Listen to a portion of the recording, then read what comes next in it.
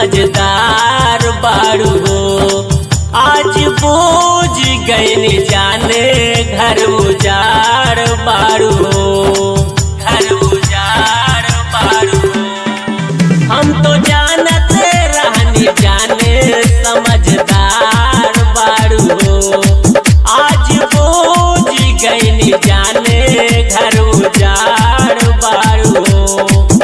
तो आज कैसे सोच ले लू घरवा के छोड़ के, तो कैसे हम भुलाइब हो माई बाप के, तो कैसे हम भुलाइब हो माई बाप के, तो कैसे हम भुलाइब हो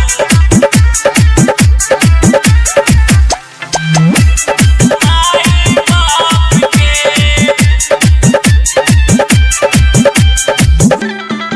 आज जान गईनी जाने ई मासूम रूप के, छोड़ी मारत रहलू जाने तू छोप छोप के, तू छोप छोप के।